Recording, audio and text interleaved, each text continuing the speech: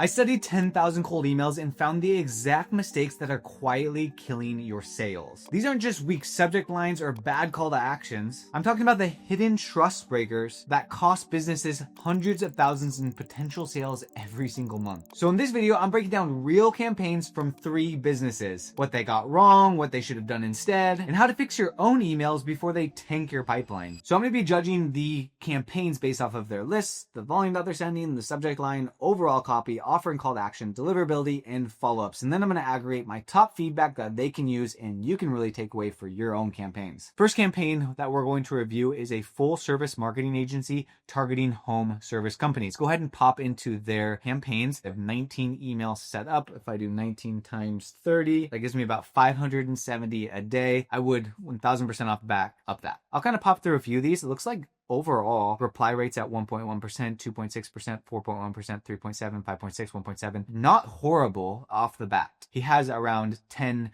positive replies from these emails, but he hasn't been able to jump on a call, which we talked about. But from these emails, he's been able to have around 10 positive replies, which isn't.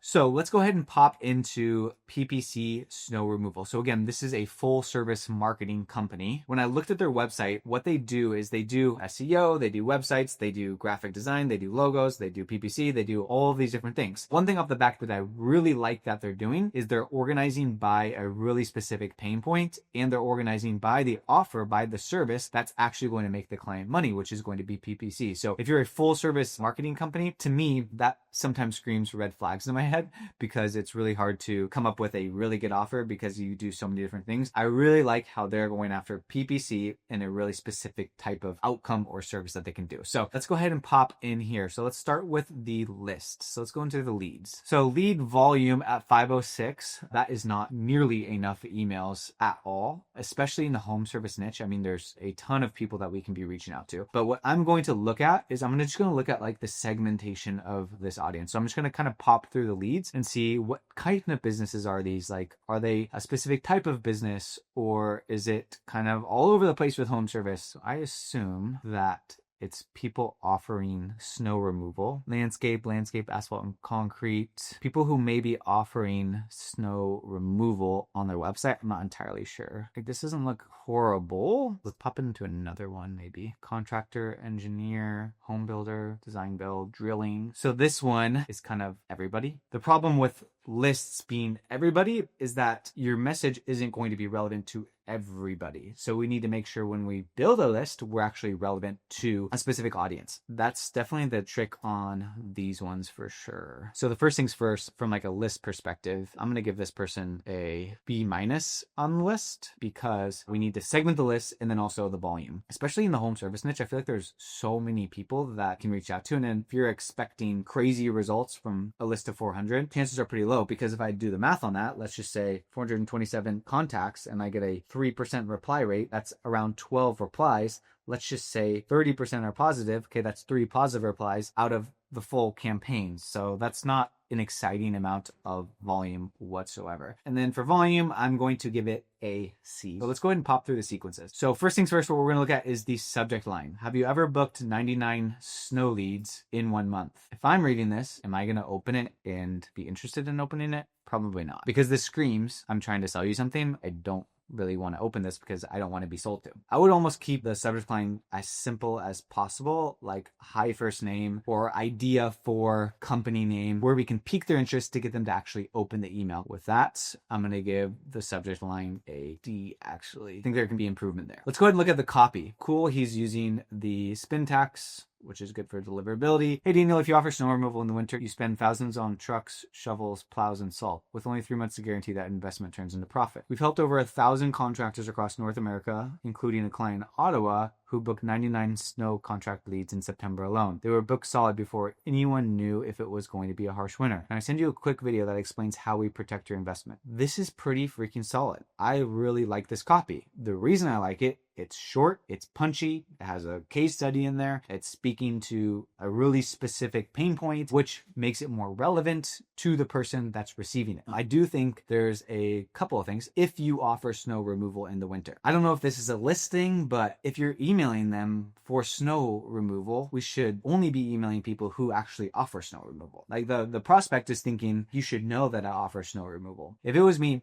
I would come up with a personalized line that's, hey Daniel, saw you offer snow removal in Ottawa, Canada. As you know, it's quite expensive with the trucks, shovels, plows, and salts, and there's only really 3 months to guarantee that investment turns into a profit. We've helped over 1,000 contractors across North America. I would probably leave North America out. So I'd say something like this. Okay, we've helped over 1,000 contractors predictably get new snow plow leads, including a client in Ottawa who books 99 snow contract leads in September alone. They were booked solid before anyone knew it was going to be a harsh winter. I mean, I like this copy. The only thing is making the first line more relevant and maybe just removing North America. But copy, I'm actually going to give this a B+.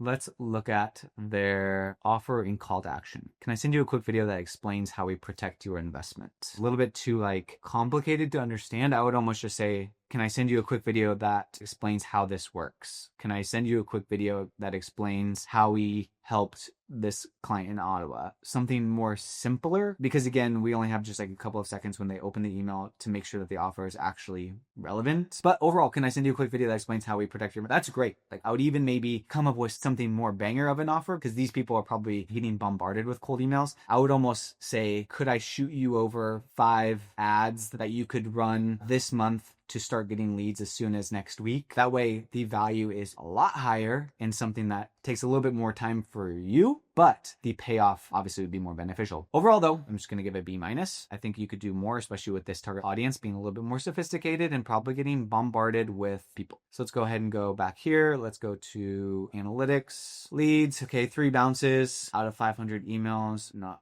horrible. If I look at the leads, what I'll notice here is there's a lot of Microsoft emails. So that could be a challenge if we're sending from instantly emails. I would consider going to options just for deliverability purposes, or just trying to find only people with Google email service providers. And then even considering email service provider routing. So if it's Google to Google, that could be something that could be beneficial, but the deliverability isn't raising any red flags. I'll just give deliverability an A. All right. And the last thing that we're going to look at is we're going to look at the follow-ups. Let's go ahead and pop these open. Like the what's up, David, more human. That's pretty solid. I would maybe add one more follow-up like this, similar to this, with the same call to action of maybe something more banger. I would test out something that would cost you a little bit as a salesperson, but also remove the hyperlink right down there, because that is not good. Can I send you a short 1-minute video? Perfect. I'd maybe add one more follow-up email just like this with a different angle. Like, have you started locking in snow contracts? Okay, cool. It's another angle that we could take. And then I love the case study. The offer is the same offer as the first email sent. So overall, not bad. We'll give it a B+.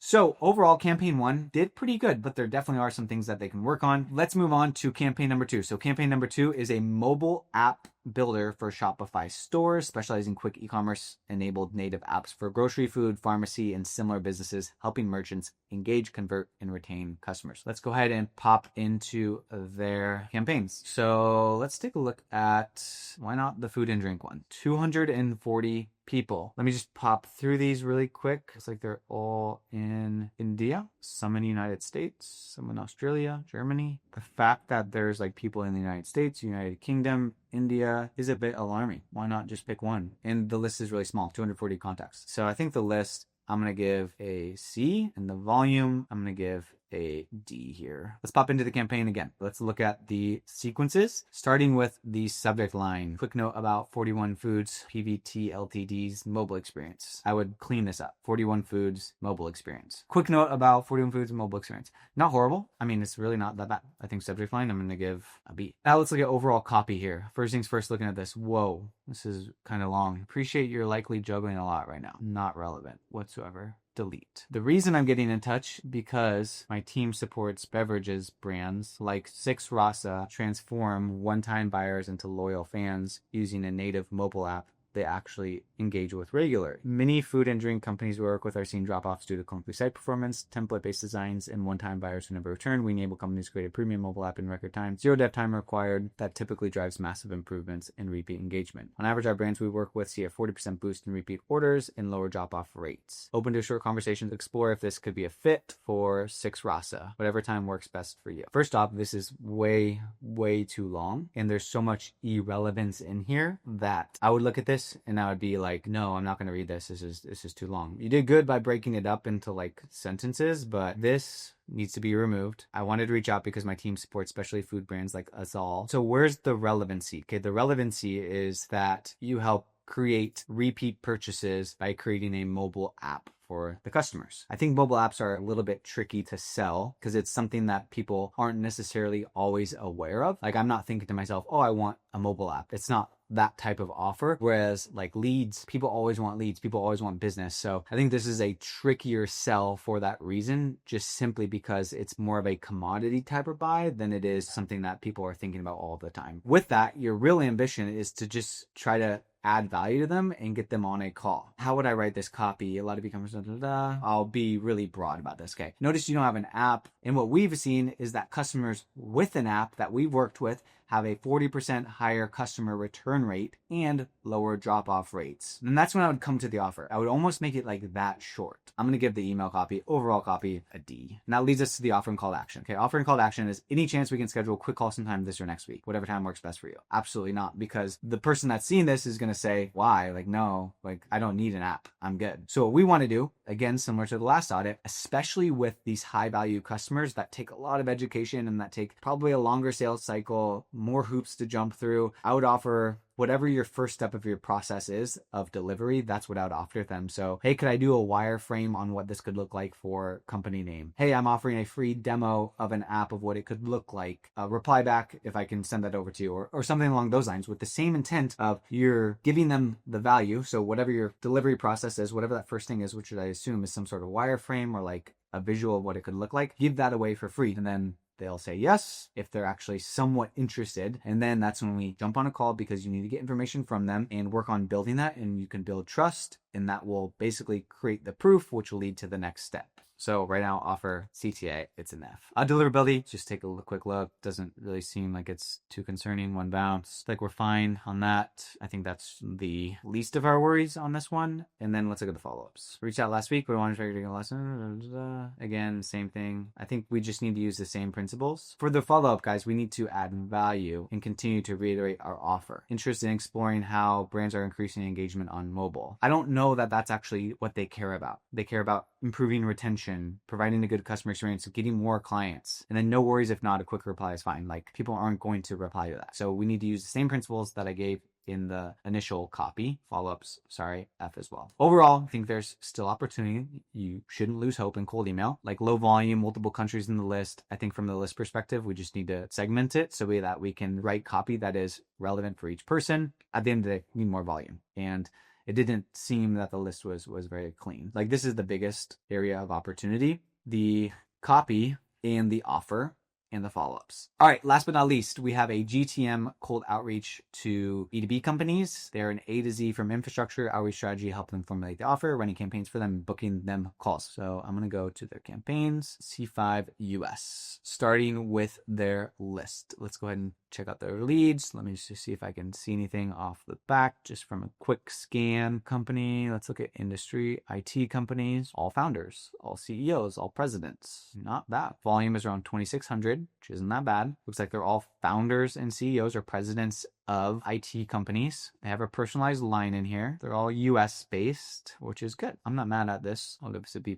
Volume, I'll just give it a B. Let's go ahead and go into these sequences, starting with subject line. What do you think, Charlie? Not bad. Piques curiosity, short, sweet, includes the first name. I'm just going to give this a solid B. Let's look at the copy. I saw you help healthcare providers streamline prescriptions with Vital, so I decided to reach out. I just helped a founder escape the stress of empty calendars and the unreliability of referrals. He generated over $40,000 since we started working together. Here's how. Manage your outbound from A to Z using our AI-powered client acquisition system, which generates a minimum of 10 to 15 sales opportunities on a recurring basis. And it's risk-free. If we don't book you 15 calls in the first month, we keep working on our expense until we hit the goal. Open to a quick chat. I'm available this afternoon of tomorrow from 4 p.m. ET. Let's talk about the first line. Saw you help healthcare providers streamline prescriptions with Vital, so I decided to reach out. Not really relevant. Going back to the relevancy thing, like what are the pains of IT companies that we can say something that is relevant? I know it's coming up in winter where companies are making decisions on what IT company they want to work with next year. So I wanted to reach out. Something along those lines. This to me is just like a fake personalized line. Second line, lack of relevancy here. I just helped a founder. I would say I just helped an IT company founder generate over $40,000 in time frame without relying on referrals. So just like shorten this out and try to make this more relevant to the person. Then we're just selling here. Okay, here's how I manage your outbound A to Z. People, especially in the emails, guys, please don't sell in the emails. They don't care about the how, they care about the what. They care about $40,000. They care about leads. They care about unreliability of referrals. They care about not having to stress about empty calendars, like what you said in the second line. We can tweak that, make that a little bit more relevant, but we don't need to sell the how in the emails. What we want to sell is them raising their hand and saying yes to learning more about what you do. I would just honestly remove this completely. I would say something like, hey, Charlie, with 2026 around the corner, a lot of businesses are deciding who they want to work with in 2026. So I wanted to get this on their radar. I just helped an IT founder add $40,000 since we started working together, and he's not really stressing about his 2026 forecast. If you're wondering how, call to action. Let's just go to copy. I'm going to give this a D+. Offer, call to action. Open to a quick chat. You have so much opportunity with this. Oh my goodness. Let me go back to the copy. One thing that we're seeing work really well is adding value in the email. So what you could also test is, hey, with 2026 coming around the corner, IT companies might be stressed about their 2026 forecast, especially as businesses are starting to make decisions. Here's 3 ideas on how you can generate new clients, so you're not stressing. 1, 2, 3. That could be something for like the value to even like replace the call to action. I even think if you just tweak this, made it more relevant, made the first line more relevant, that'd be pretty solid. Then I would literally just say, could I send you over a list of 100 leads and email copy that you could use to target your dream clients? That's literally what I would offer in this. And then we go back to the same sales process. Jump on a call with them, understand their niche, understand their target audience, and then send them the value, or that's going to lead to an actual booked call and a potential client, hands down. So let's give a D+ here, and then offer in C+, offer and call to action, D. So let's look at the follow-ups here. 7 days later. Wow, IT consulting company. Why aren't we leading with that? Okay, same principles apply. I think you're selling too much. I recently reached out to show how I can help you bring your first clients with AI. Hey, Chip, something relevant. So I know referrals can feel a little bit daunting. We just helped an IT company generate $15,000 using a simple outbound system via email. If you're interested at all, I would still love to send you a list of 100 leads and email copy that you can do so you don't need to stress out about referrals. That's what my follow-ups would be like. So follow-ups, C-. All in all, feedback is 1000% copy needs to be more relevant. Call to action needs to add value, and follow-ups to use same principles as the copy. All right, now in this video, I went over the copy and offers of actual campaigns themselves a little bit. And one thing that I reviewed and one thing that you do need to nail in your cold email is the subject line. Because if people don't click into your email because your subject line sucks, they're not even going to see any of your copy. So click on the video on the screen to check out where I go over the top cold email subject lines and show you which ones work best so you can really pop them into your next email campaign, whip up the copy using what I just showed you here, and hit send. So if you don't want to end up getting roasted and audited like the people that I just reviewed today, then you're going to want to check out that video.